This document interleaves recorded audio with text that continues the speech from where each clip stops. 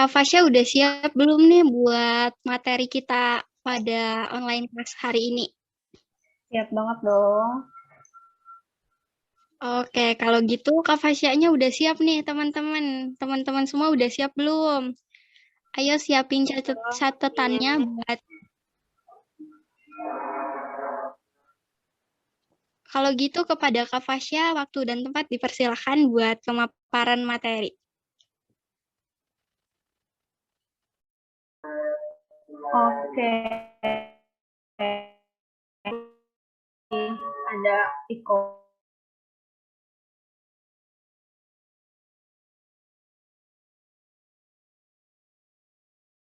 Belajar tentang materi perspektif sosiologi. Ada yang ingat nggak pelajaran kelas 10 tentang perspektif sosiologi?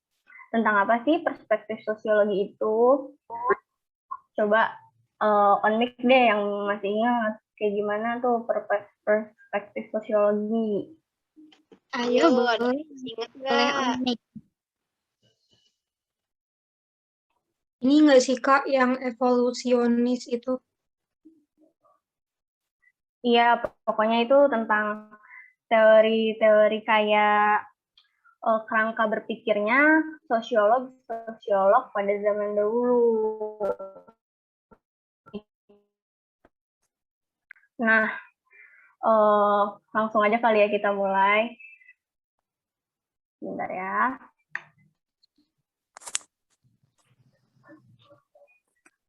Ini direkam atau gimana? Nah, apa itu perspektif sosiologi? Perspektif sosiologi itu kerangka berpikir untuk memahami fenomena sosial secara sosiologis atau sesuai kaidah sosiologi. Jadi perspektif sosiologi itu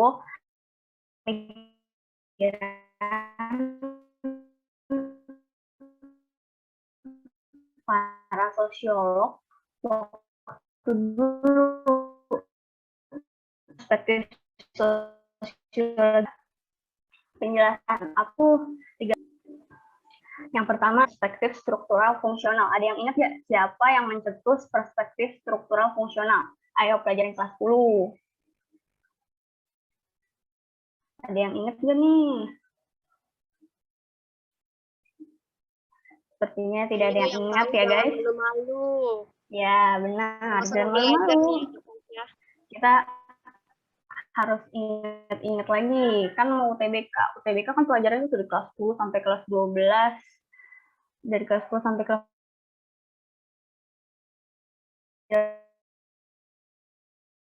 pelajaran kelas 10. Ada yang ingat nggak? Nggak ada ya kayaknya. Yaudah, aku ingetin lagi nih. Perspektif struktural fungsional ini dicetus oleh Emil Durkheim. Jadi perspektif ini itu memandang masyarakat sebagai sebuah jaringan yang terorganisasi dan mempunyai aturan yang ditaati oleh anggotanya. Maksudnya gimana sih, Kak?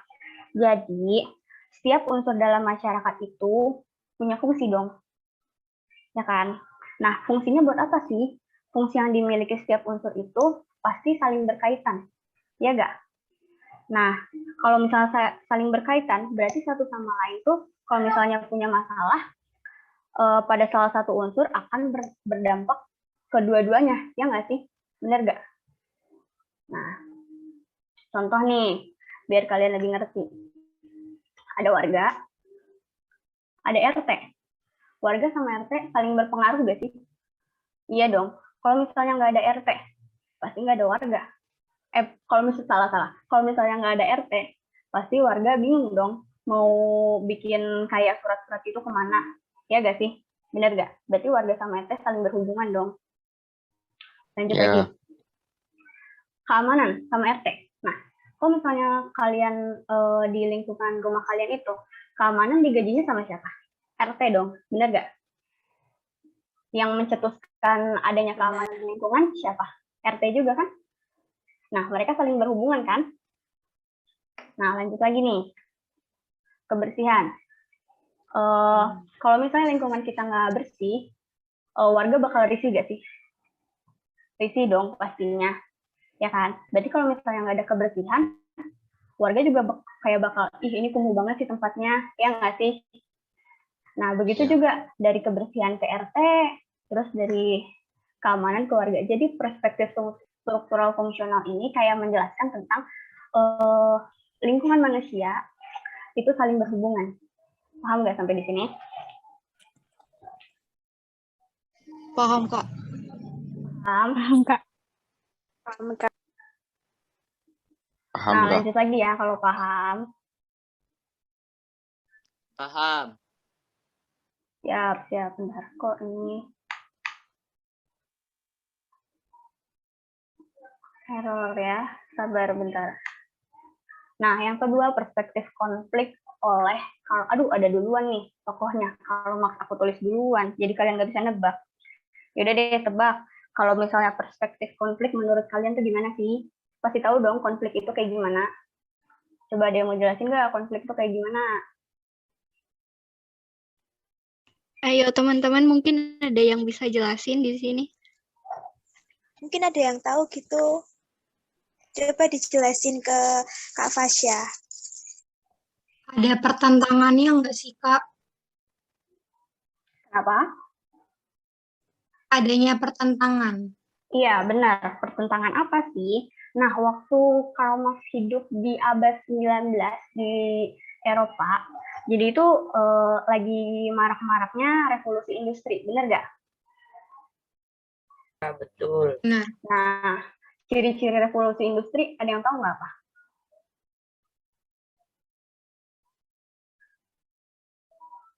Nggak ada yang tahu ya kayaknya. Jadi, ciri-ciri revolusi industri itu adanya perbedaan kelas. Nah, ketidakadilan terjadi karena sistem kelas atau stratifikasi. Sistem kelasnya kayak gimana sih, Kak?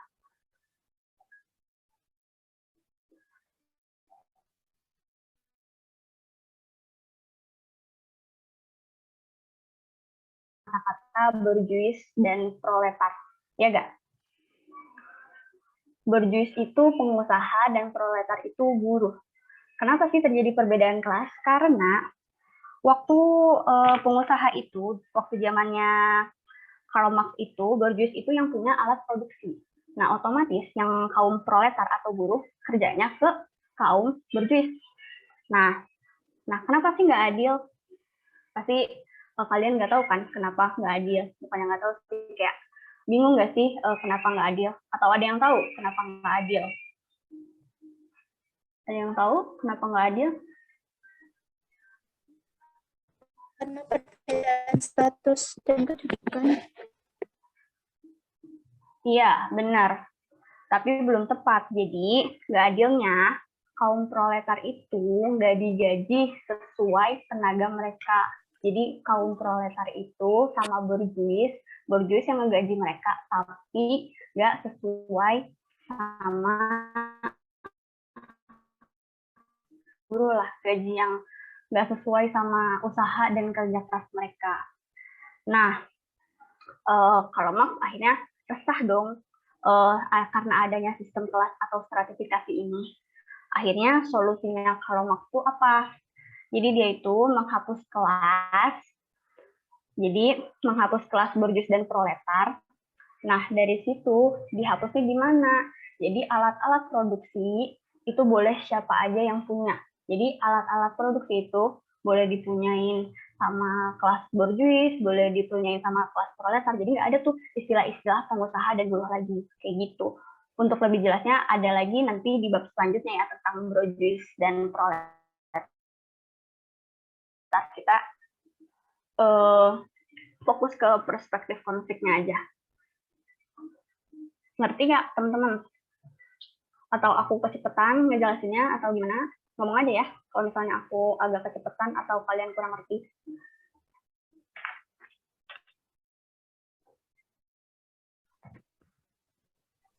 Halo Nah, Kak, permisi. Kenapa? Sebelumnya boleh nggak dijelaskan secara lebih detail mengenai perbedaan kelas dan apa yang dimaksud dengan stratifikasi tadi yang terjadi pada kelas bourgeois dan proletarnya itu, Kak? Terima kasih. Kalau misalnya dijelasin lebih jauh itu udah beda bab. Jadi aku ngejelasinnya kayak ke intinya aja gitu ya.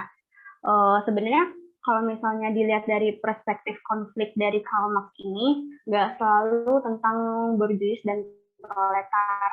Misalnya kalau misalnya di Indonesia, ketimpangan pendidikan itu juga termasuk ke perspektif konflik.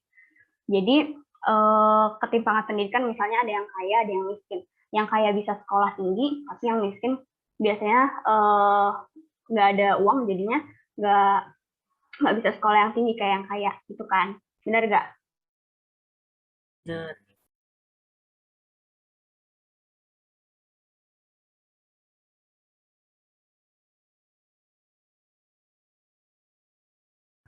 Beda bab itu masuknya ke diferensiasi sosial dan stratifikasi sosial. Nanti ketemu aku lagi, kita jelasin itu, oke?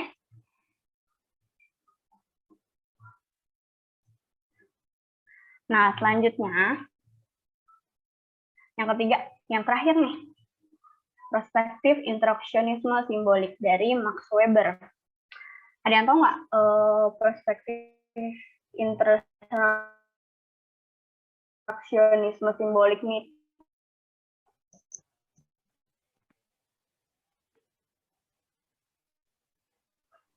Mungkin pada lupa. Jadi perspektif interaksionis simbolik ini pusat penekanannya pada interaksi antara individu dan kelompok dengan simbol-simbol. Kayak gimana sih, Kak?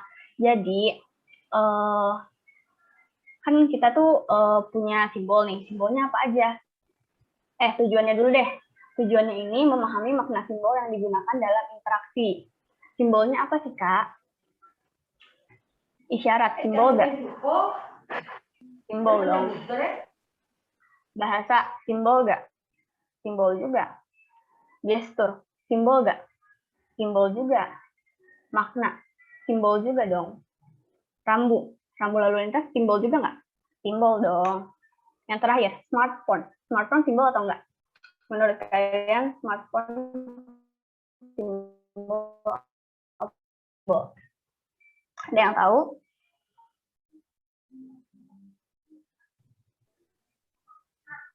Kenapa smartphone itu masuk ke simbol? Ini smartphone yang harganya, tahu kan ini yang dipakai di drama Penthouse, harganya berapa? Siapa yang nonton drama Korea Penthouse? Aku, Kak. Nah, pasti tahu dong harganya berapa. Coba nggak pada nonton ya, drama Korea itu seru banget loh. Aku juga nonton kok. Ini harganya bisa sampai 15 sampai 20 juta kan? Ya nggak? Benar nggak? Bener, Kak. Nah, yang satu lagi, HP Nokia jadul. Menurut kalian HP Nokia jadul berapa sih harganya? 100.000. 200. Nah, kenapa aku bisa masukin smartphone itu sebagai simbol? Misalnya, kalian punya dua teman. Yang satu punya Nokia, yang satu punya Samsung ini.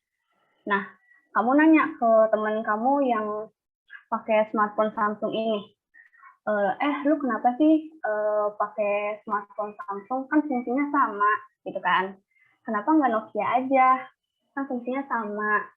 Ya kan, kalau kata teman kamu yang punya Samsung ini, bilang kayak gini, ya kan kalau misalnya gue pakai HP Samsung ini, gue bisa kelihatan agak berkelas, agak kaya. Nah, agak berkelas dan agak kaya itu termasuk simbol. Nah, terus kamu nanya ke orang yang punya HP Nokia. Tapi ternyata yang punya HP Nokia ini punya apa? Termasuk orang yang kaya juga. Kamu nanya kayak gini, lu kenapa sih? Lu kan ada duitnya, kenapa beli HP Nokia aja? Iyalah.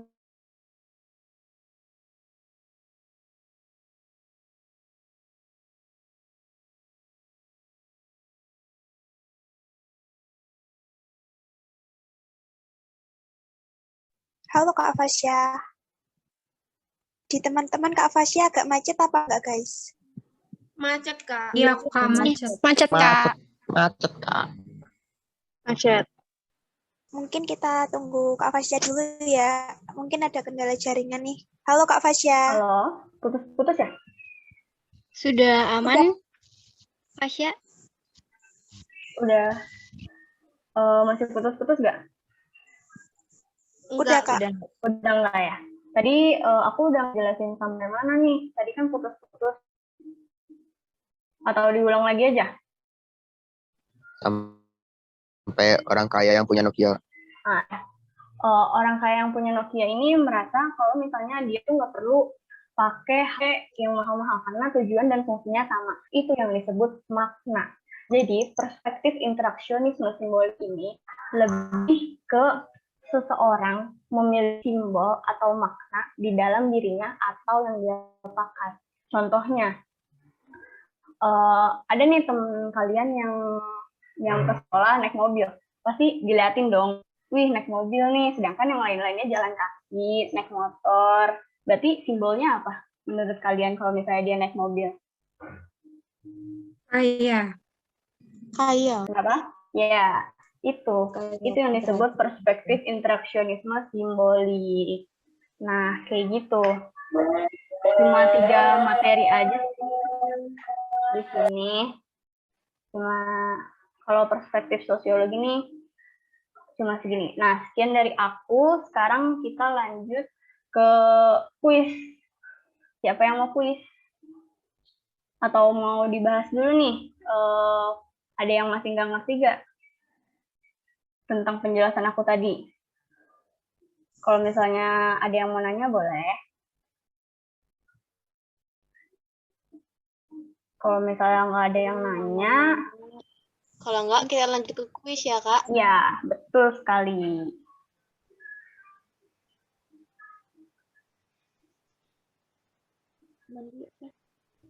Ayo teman-teman, mau ada yang nanya nggak nih? Sebelum kita lanjut. Belum kali ya, belum ada yang mau nanya. Mau dilanjut aja? Kita lanjut aja. Oke, Kuis kita apa lanjut tuh aja Kak ya. Fasya? Ada deh, gampang. Cuma berapa soal ya? 50? Gimana kalau 50? Aduh, 50 nih guys. Gimana dong kalau 50? Buat gak nih? 5 aja, Kak. 50. Ah, 50 aja lah. Serah aja nih, Kak. 25 aja, Kak. Setengah. Kita ngejar.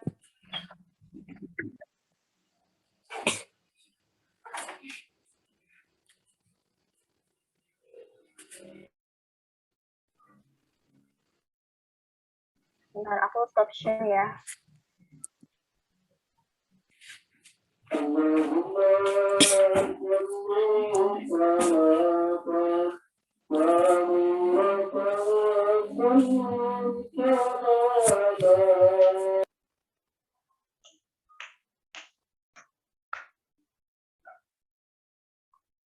Nama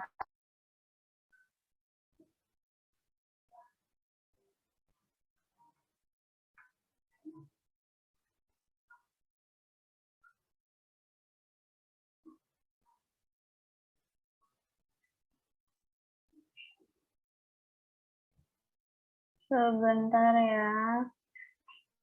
Ini kuisnya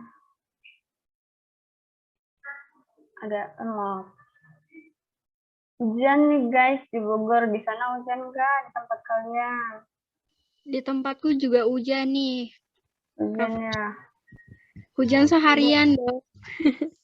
Gimana tempat teman-teman semua? Ini nggak pada hujan, kayaknya daerah Jawa. Iya. Kalau Kanaba gimana?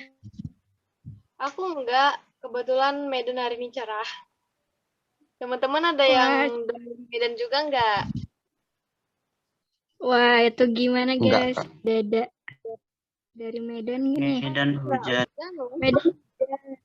Kenapa aku Di Bengkulu hawa-hawanya mau hujan nih? Bengkulu nggak hujan, Kak. Enggak. Wih, jauh-jauh banget ya. Mungkin sambil kuisnya dari Kak Fasya, aku mau tahu dahulu nih, teman-teman semua dari daerah mana aja ya? Medan. Bengkulu, Kak. Kalimantan Tengah, Palembang, Kak. Bali. Bandung. Lampung. Kalimantan Tengah sih, Kak. Ada yang dari Papua. Semarang, Kak. Halo. Dari Kak. Ada anak Bengkulu nggak? Ada, Kak. Ada. Ini Bengkulu dari mananya, Kak? Ini boleh Dari Bengkulu Utara. Kak Fasya. Halo, guys. Halo. Cek. Sebagai partisipan screen sharing, tolong dong buat host-nya.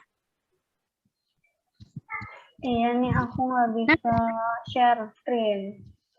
Buat aja share screen-nya, allow participant can share screen, Kak. Iya, halo Devika, bisa dibantu? Udah kok, Kak. Coba. Share screen. Masih nggak bisa nih. Share screen-nya diizinkan untuk semuanya. Tapi jangan dicoret-coret ya guys screen-nya, biar kita belajarnya jadi efektif. Jadi Di lock aja, di lock, Kak. Di lock gitu untuk coret-coret. Nah, ini nih. udah Bentar. bisa tuh.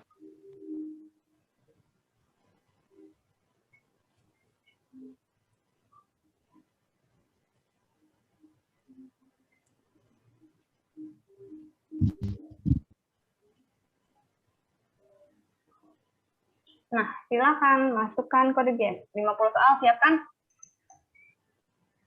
Siap lah, 50 soal doang.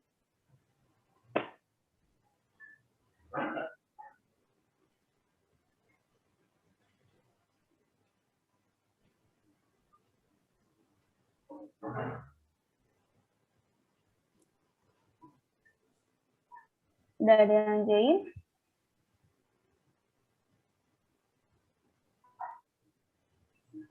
Boleh nih, Share bisa nggak Kak?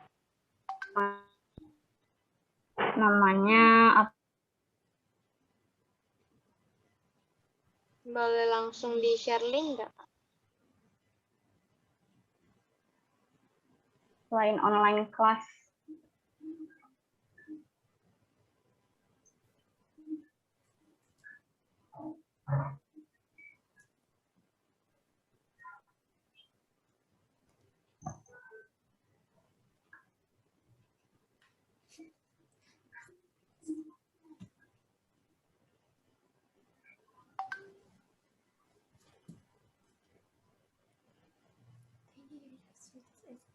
Especially UNICEF Indonesia and Malaysia. Kak boleh minta link quizisnya nggak? Bentar ya. Ini aku lagi buka dulu link quizisnya. Bentar.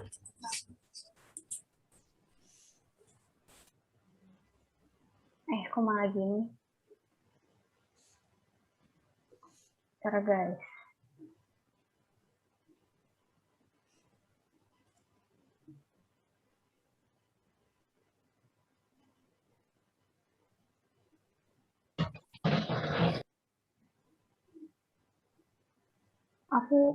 Ya.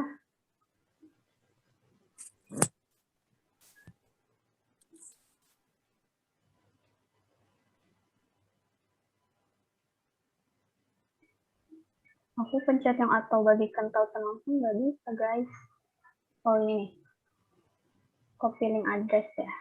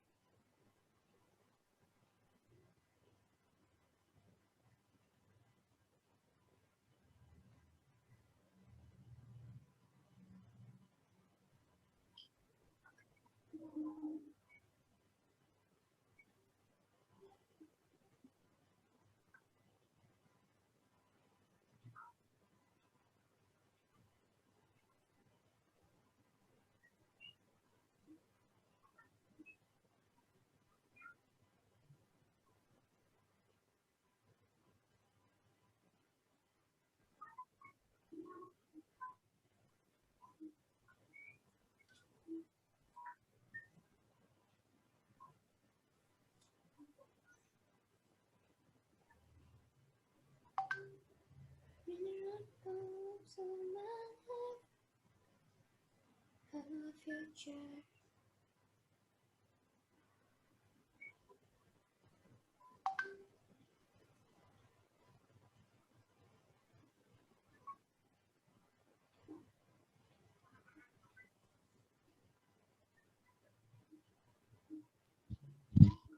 Linknya udah dikirim ya sama Kak Fasya di kolom chat. Udah Teman-teman itu. bisa cek.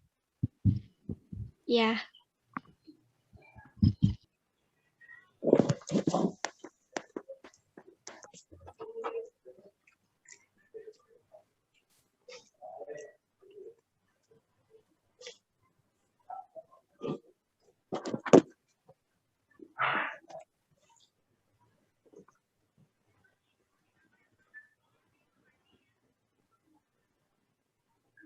Ayo, partisipannya 35 nih, baru 16 orang doang baru setengahnya. Ayo, ayo. Pada kemana nih yang lain? Baru 16 orang ya, Kak? Iya nih. Tidur ya? Guys, Ngantuk ya? Hujan. jangan malu kalau salah. Kan kita bisa sama-sama belajar nih sama Kak Fasya. Iya bener loh, 50 soal doang.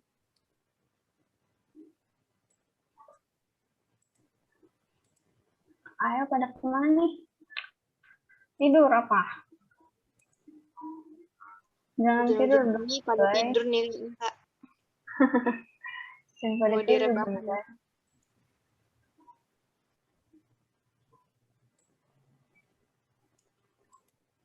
Belas orang. Ayo, 7.50 kita mulai ya.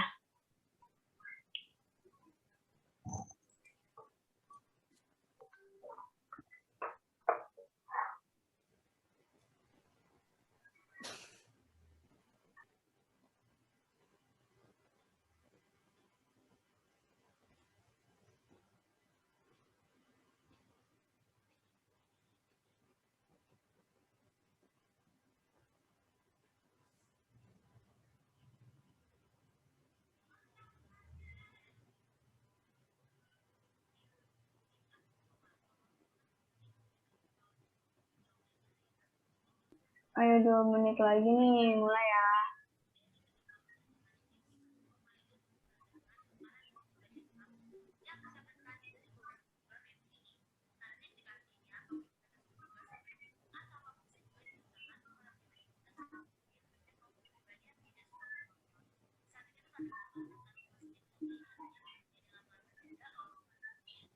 Nanti kalian kaget kalau lihat kuisnya gampang banget, 50 soal juga. Aduh, aduh, aduh.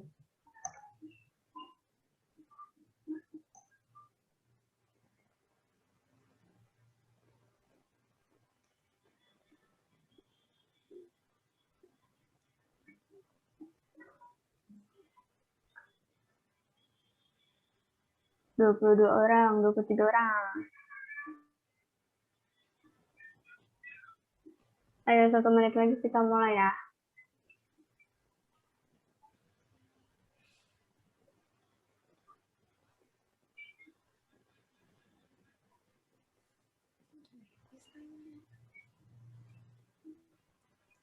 Yang bisa paling penting dengan aktivitas.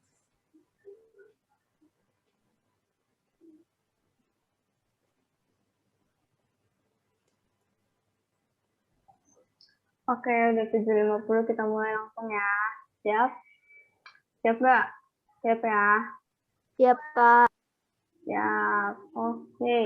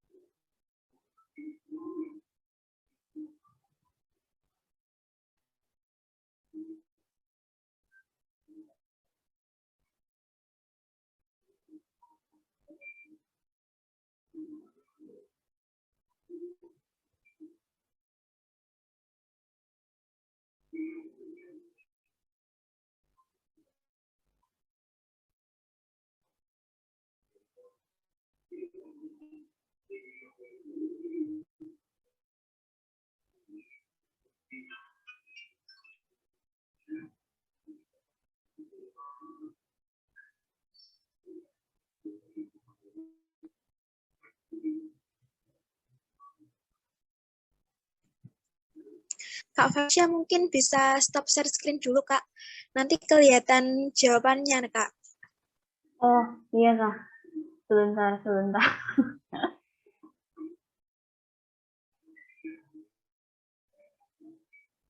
Udah ya? Udah aku pause tuh.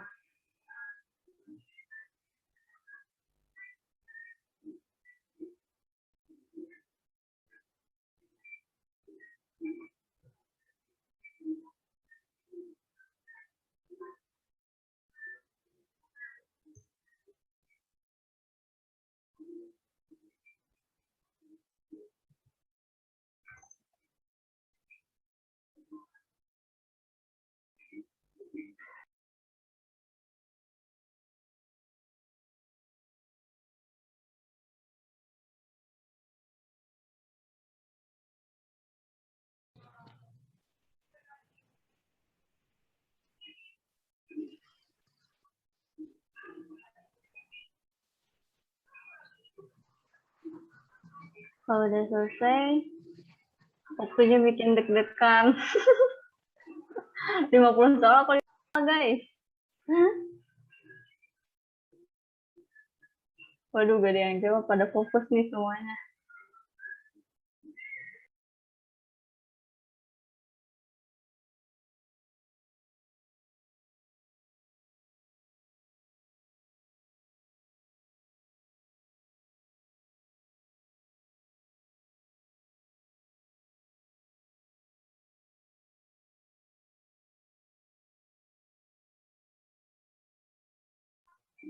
Ini gimana Kak?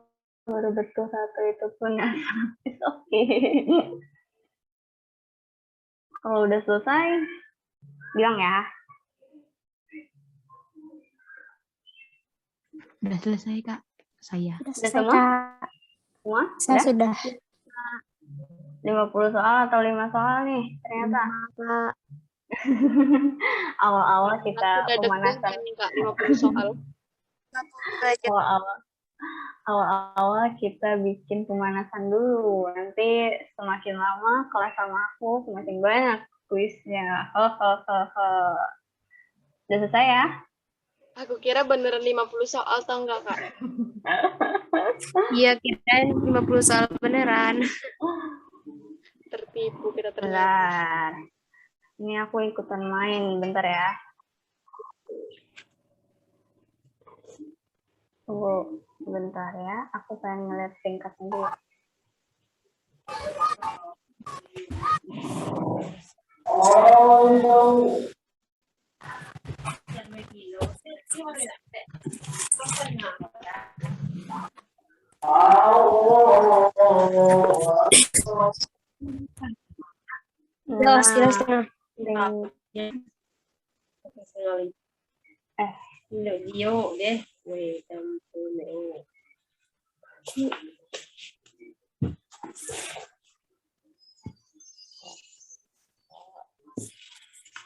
Pemenang pertamanya siapa nih? Latifah, wih, 3.100, mantap. Kedua, Naila. Ketiga, Nadila. Wih, kongres.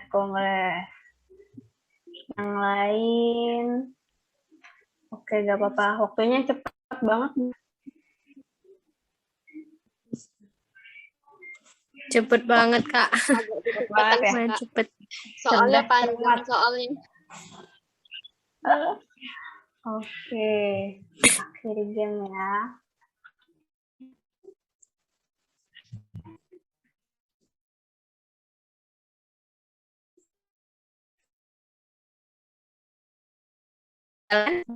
Apa sialan? Bukan pas ya. Makanya bilang Oh iya.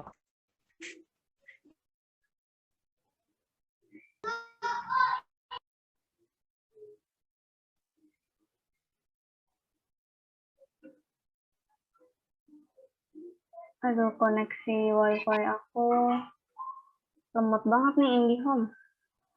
IndiHome memang nyebelin. Iya, emang nyebelin banget nih IndiHome. Kan aku nggak bisa keluar dari sini. Katanya biar kan kita malah di buka rumah WA. dari rumah. Ini aku nggak bisa balik ke Zoom. Bentar ya. Nah, IndiHome mah memang menyebalkan. Aduh, lemot banget. Berapa Mbps, Kak? Berapa ya? 10 aku atau 20 gitu. Ya, Cuma 20 berapa Mbps transaksi mah tersambung? 20 Mbps mah kecil. Apa lemot banget nggak sih kalau ukuran IndiHome? Kalau wifi yang lain tuh 20 Mbps sudah cepat banget gitu. Iya, karena IndiHome itu kecepatan uploadnya cuma 4 Kak yang 20 Mbps. Iya. Sedangkan wifi yang lain itu 20 juga unggahnya, jadi seimbang. Aku nggak bisa buka Zoom lagi. Guys. Berapa orang yang pakai, Kak? Yang pakai 4, 5. 5. Ya, si batasnya kan 5. Iya. Tapi kalau ada yang bisa. gitu, buka TikTok memang ada. Iya, oke. Karena yang share screen pembahasan aku atau siapa? Oh, boleh, bentar aku coba dulu ya. Ya udah. Iya, aku nggak bisa share screen. Nggak bisa ya? Ya udah aku aja. Iya, cuman host gitu bisanya. Bentar. Ke partisipan aja.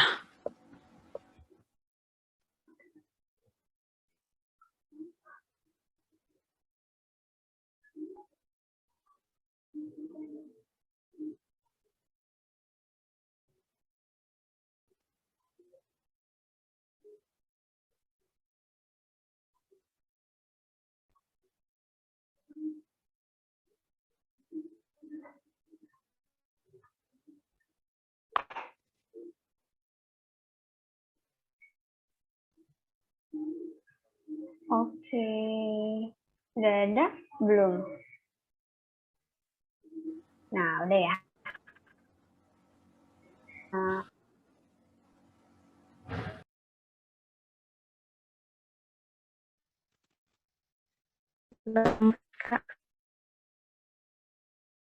Soalnya Kak?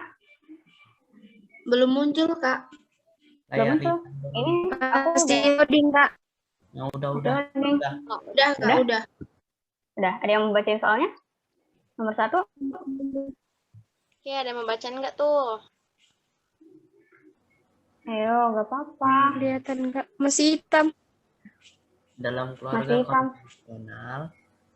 Oh iya, boleh. Siapa tuh? Siapa itu? Siapa itu? Axel ya? Siapa? Ya. Ya. Iya, Kak. Ya, Kak. Ayo udah. Apa, Kak? Udah kelihatan kan share screen-nya? Udah. Oke. Udah, Kak. Lanjut. Axel bacain.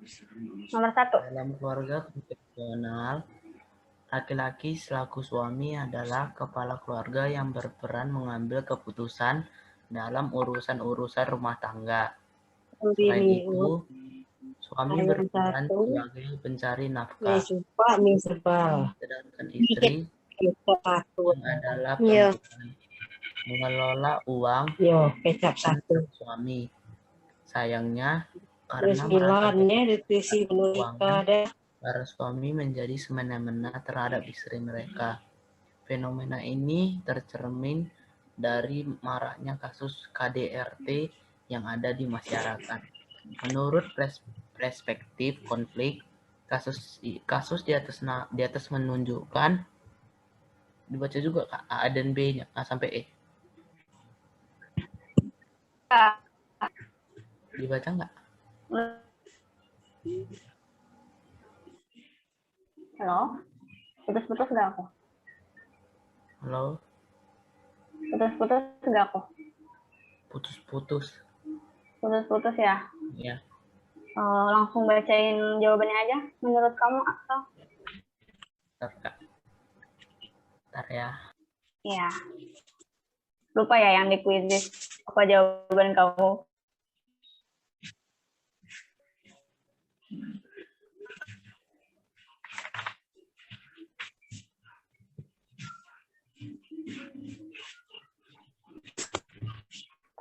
D, Kak. D. Ketimpangan kekuasaan berbasis gender dan ekonomi. Kenapa, D? Aku di sini pengennya kita bahas soal sambil dianalisis. Jadi biar kita saling tahu jawabannya itu kenapa harus itu. Oke gak? Jadi kita ngerti kenapa kita pilih jawaban itu. Benar gak? Itu tuh kuncinya kita biar ngerti di suatu pelajaran atau materi. Benar gak teman-teman? Benar. Benar. D, ada yang lain? Semua D jawabannya? Ya sih. Semua D jawabannya? Oke. Iya, Kak. Kenapa ya dia jawabannya? Nah, si suami ini merasa dirinya laki-laki. Dia yang mencari uang. Dia yang lebih berkuasa. Udah ada kuncinya tuh di situ. Jadi kalian harus sudah tahu kuncinya ada di situ. Nah, perspektif konflik itu ada kuncinya juga kan tadi, ketimpangan atau ketidakadilan. Sama ada kan ketimpangan atau ketidakadilan. Nah, ya udah tinggal pilih aja. Karena udah ada kuncinya, perspektif konflik sama dengan ketimpangan atau ketidakadilan. Yang A, konflik. Bisa jadi konflik horizontal di dalam keluarga, tapi konflik horizontal itu kalau kalian tahu tentang stratifikasi dan diferensiasi sosial, horizontal itu ngebahasnya tentang status, kedudukan, gender. Kalau nggak salah ya. Bener gak aku? Iya. Iya kan? Kalau vertikal apa? Vertikal itu kayak hasil upah kerja. Iya, benar. Kayak strata mereka. Jadi kalau vertikal itu misalnya kamu kuliah tinggi S2, terus nanti ada S1, terus ada D3, kayak gitu. Kalau vertikal tuh lebih ke strata mereka. Bisa jadi nih yang A, konflik horizontal di dalam keluarga, kalau kalian nggak teliti. Cuma, kalau misalnya suami istri itu bukan tentang status atau itu yang tadi horizontal. Jadi dia tuh bukan tentang status horizontal mereka. Jadi itu bukan jawabannya. Yang B, gagalnya interaksi asosiatif antar suami istri. Dari kata-kata gagalnya interaksi asosiatif aja, ini tuh ngebahas tentang interaksi sosial. Jadi bukan ngebahas tentang perspektif konflik. Jadi bukan jawabannya. Yang C, stratifikasi antara keluarga kaya dengan keluarga miskin. Emang kalian tahu suaminya dari keluarga kaya? Emang kalian tahu istrinya dari keluarga kaya? Enggak kan? Bener gak? Jadi itu juga bukan jawabannya. Yang E, dampak disfungsi institusi ekonomi terhadap keluarga. Sangat amat tidak menyambung, soalnya disfungsi institusi ini juga masih nyambung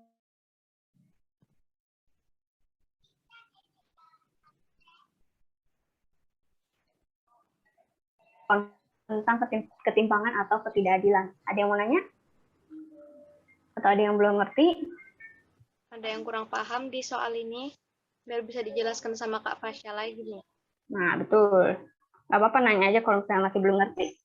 Atau aku ngebahasnya kecepatan gitu, bilang aja.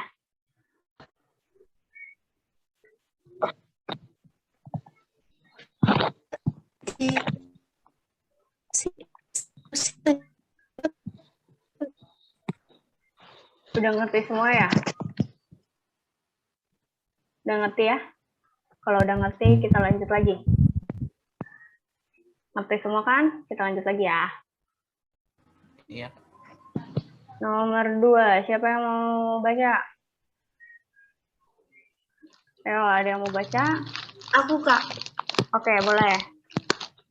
Silahkan. Jika memang konflik sesuai dengan penjelasan perspektif konflik, khususnya menurut Marx, maka solusi yang bisa diambil selain revolusi menyeluruh adalah...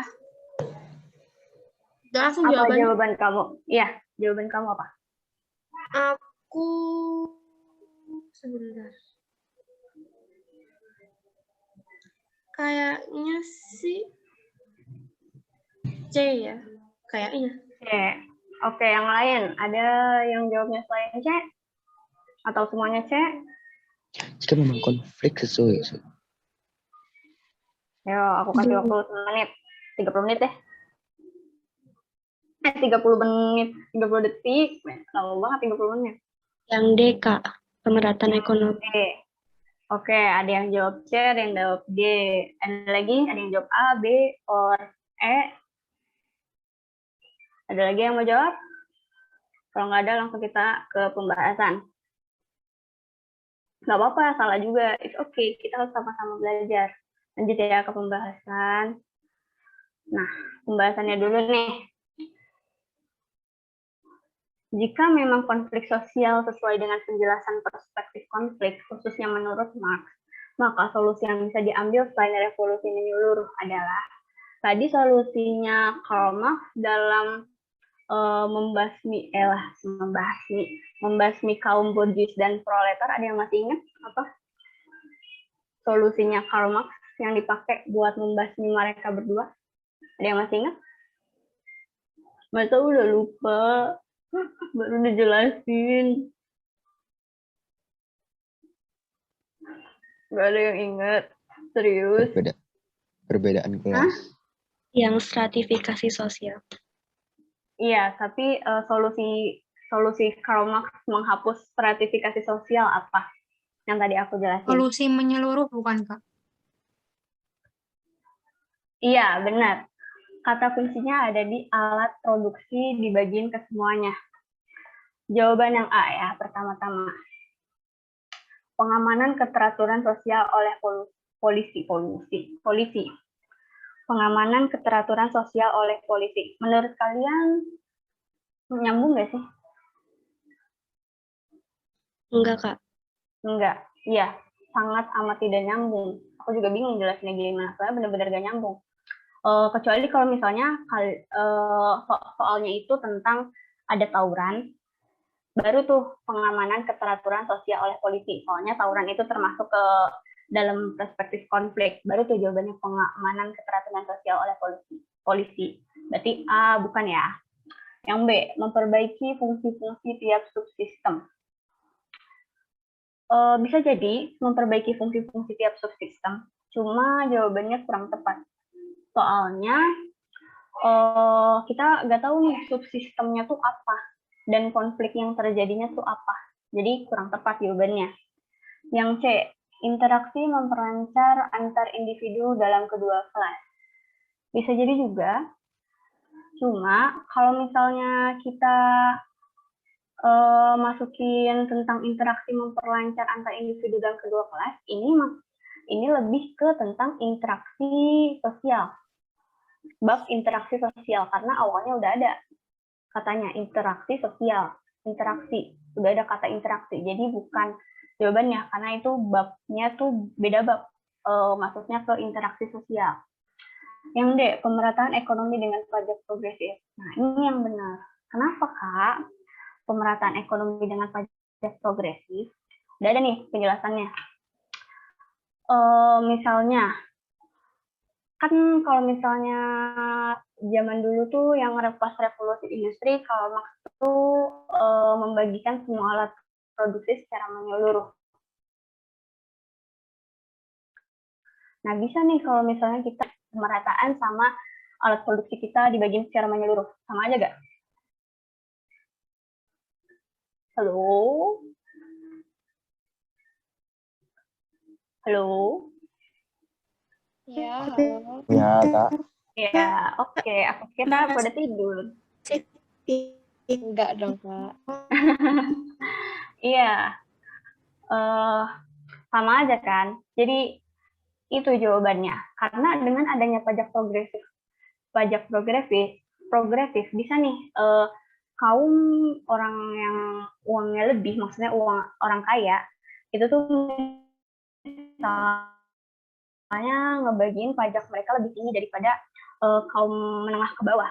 Jadi pajak mereka misalnya dialokasiin buat para kaum menengah ke bawah. Jadi gitu jawabannya. Soalnya dari kuncinya juga udah ada nih, pemerataan. Dan kuncinya dari Karl Marx itu alat produksi dibagikan secara menyeluruh. Itu aja ingatnya. Gampang nggak? Gampang dong. Ya nggak? Gampang. Nah, Insya Allah. sekarang ada yang mau nanya? Ada yang masih belum ngerti? Cukup? Oke. Ada yang belum paham nggak? Biar dibantu jelasin sama Kak Fasya nih. Atau udah cukup langsung kita ke nomor 3? Udah cukup sih kayaknya Kak. Langsung next aja Oke, kali. nomor 3 ya. Siapa yang mau baca? Kok cuma 3 jawaban? Oh, ada ini di bawah. Ayo, nomor 3. Siapa yang mau baca? Nanti aku scroll ke bawah. Ayo, siapa? Siapa aja dah, nggak apa-apa. Aku, Kak. Ya, boleh. Silahkan. Hani sadar ketika memutuskan untuk bekerja di sebuah perusahaan dengan kondisi masih memiliki anak berusia 3 bulan. Di satu sisi, ia akan mendapatkan penghasilan tambahan keluarga, namun di sisi lain berkurang waktu kebersamaan dengan bayinya. Pendekatan dalam sosiologi yang melihat dengan cara ini disebut pendekatan. Apa menurut kamu? Nih jawabannya. Struktur fungsional kelihatan nggak? Kelihatan nggak yang E-nya? Kelihatan nggak? Oke. Apa menurut kalian? Agak. Aku E, Kak. Yang E. Kata aku A sih, Kak. E, Kak. D ya? E. A, Kak. D, aku D. Oke. Kita lihat jawabannya. Aku putus gak nih? Enggak, Kak. Oke, suaraku. Bervariasi nih jawabannya, hampir semuanya. Nah, pembahasannya. Panjang ya. Ada jawabannya. Kelihatan nggak tadi jawabannya? Kelihatan ya?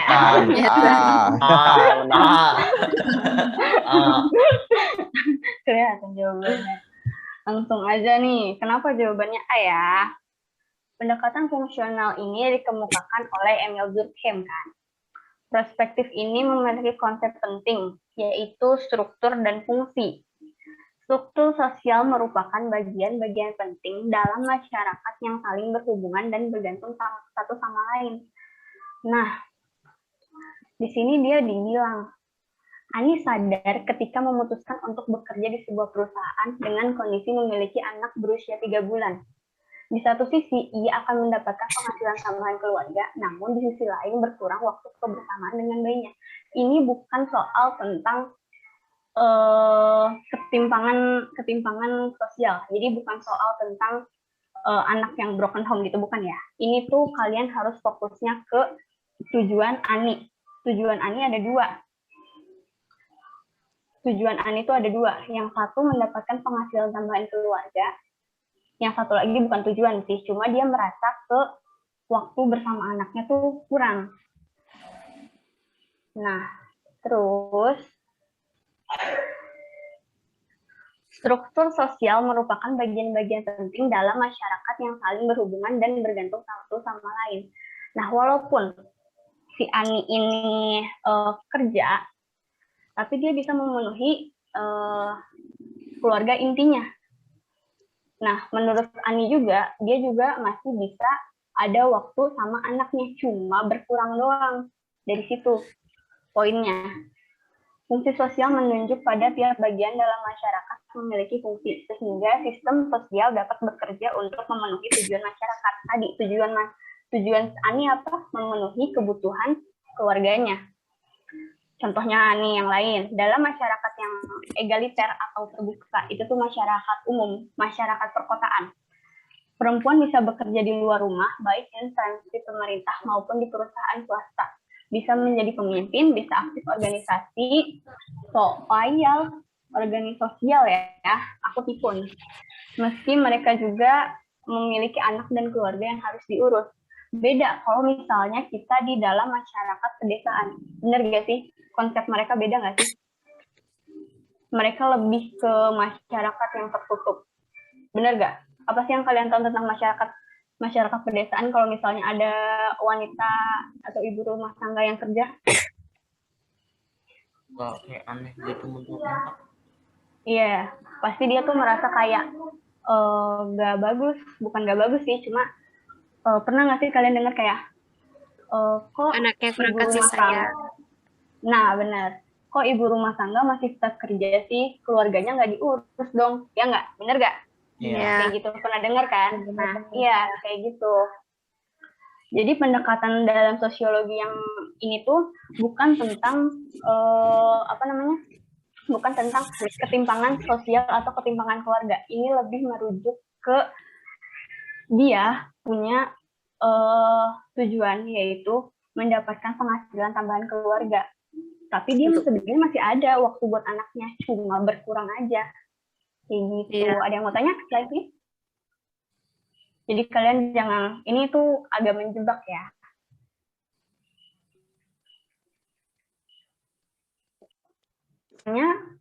Karena ini pertanyaan yang menjebak, atau udah paham?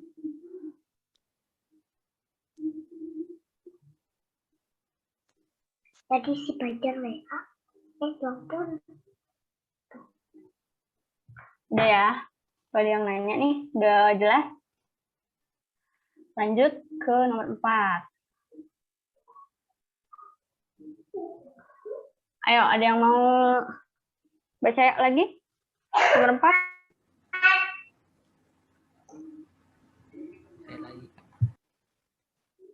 Ya, nggak apa-apa.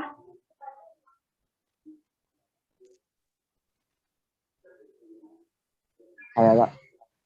Iya, boleh. Silakan. Gampang loh ini. Pasti kalian benar semua deh. Ayo. Pertentangan antara kelas bourgeois dengan proletar menurut Karl Marx dapat dijelaskan dengan perspektif Apa? kayaknya sih D, Kak. Kayaknya. Interaksi simbolik. C, Kak.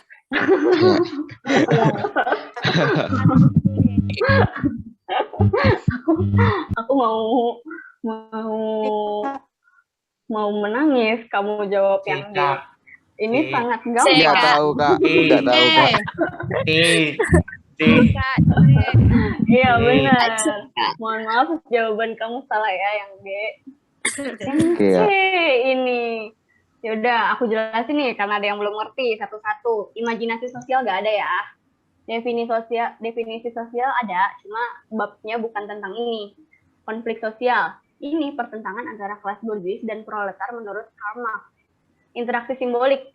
Coba jelasin. Interaksi simbolik, siapa yang mau jelasin? Ayo, ada temennya yang belum ngerti. Interaksi simbolik. Ayo, siapa yang ngerti? Ada yang mau jelasin? Sama yang dijelasin Kak Fasya tadi. Ayo, Kak. Yang Kalau handphone tadi kan, Kak? Iya, benar. Jadi interaksi simbolik ini tentang seseorang ini punya makna atau simbol di dirinya sendiri. Jadi di dalam lingkungan dia tuh punya simbol atau makna. Terus struktural fungsional tadi ya baru dibahas tentang masyarakat yang saling berhubungan dan bergantung satu sama lain. Ayo kamu nanti baca lagi ya PPP-nya. Masa salah kayak gini? Tuh, pertentangan antara kelas bourgeois dan proletar menurut Karl Marx dapat dijelaskan dengan perspektif konflik sosial. Jawabannya C. Terakhir. Siapa yang mau baca?